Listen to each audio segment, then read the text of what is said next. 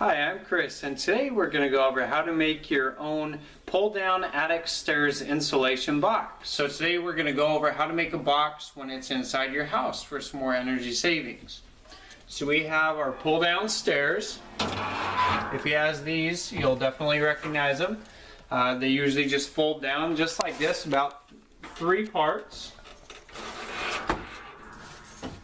Most stairs will just come with this basic configuration. When we moved into this house, they had insulation tucked back behind the stairs. That is not necessarily needed, nor does it particularly do much or as much as the insulation box would. So the purpose of an insulation box is it will just sit right over this. The first step that we're going to do is come up in the attic, make sure that you have plenty of lighting and ventilation, and we're going to measure the size of our hole.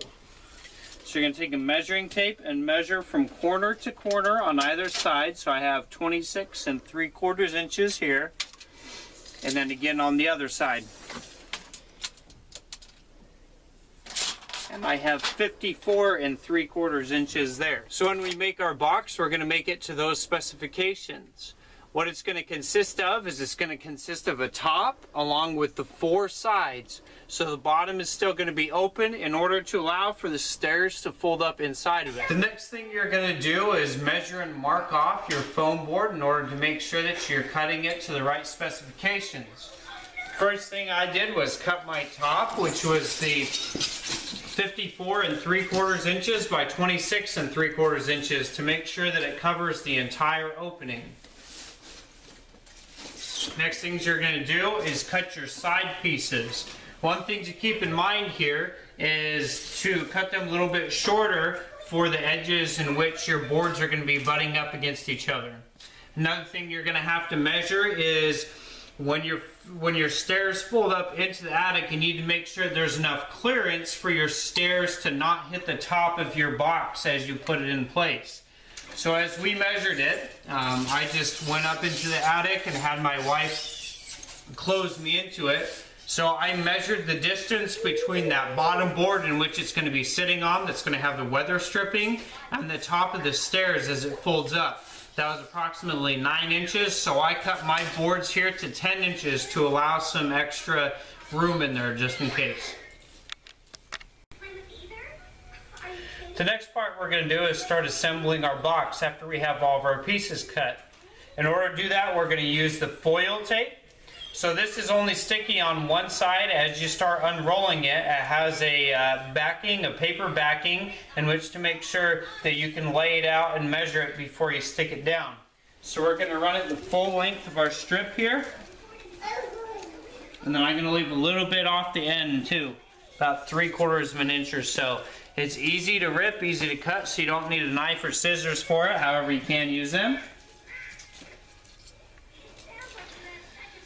You're going to come down to one end and start peeling off the paper. The next step you're going to do is I always make sure that there's a little bit hanging off the end there, so about 3/4 to an inch.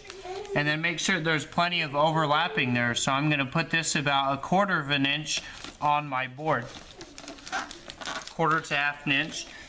I'm going to make sure that it's parallel all the way down the board. Once it's in place, then I'm going to start peeling back the paper and then smooth down the foil. We've already taped up one of the sides here, so we're going to do the same thing on the other side. So you're going to make sure both sides are flush, and then you're going to start folding down your foil tape. We want to make sure that both sides are flush, then we're going to foil over and press down the foil tape all the way across. Make sure that you're pressing the board flush up against it, and then keep it even with it as you're folding down your foil tape. The last step we have is to put your insulation box in place.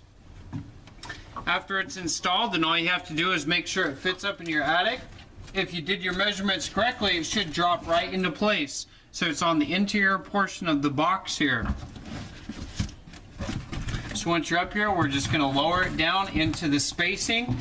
And if you have your weather stripping, then it should sit nice and comfortably on top of your weather stripping, only helping it to make a better seal.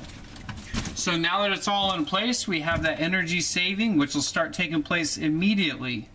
You can also reinforce other areas of your box by taping on the inside or providing braces in the corners so that it stays together better. One thing to keep in mind if you are selling your house and doing an inspection, that you might have to maintain an R standard.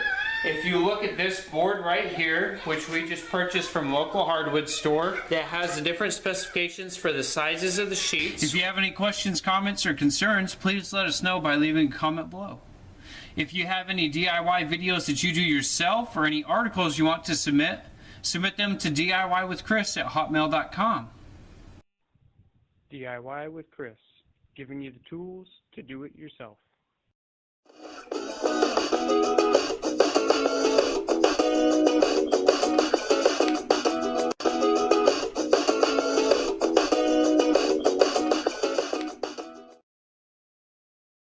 DIY with Chris, giving you the tools to do it yourself.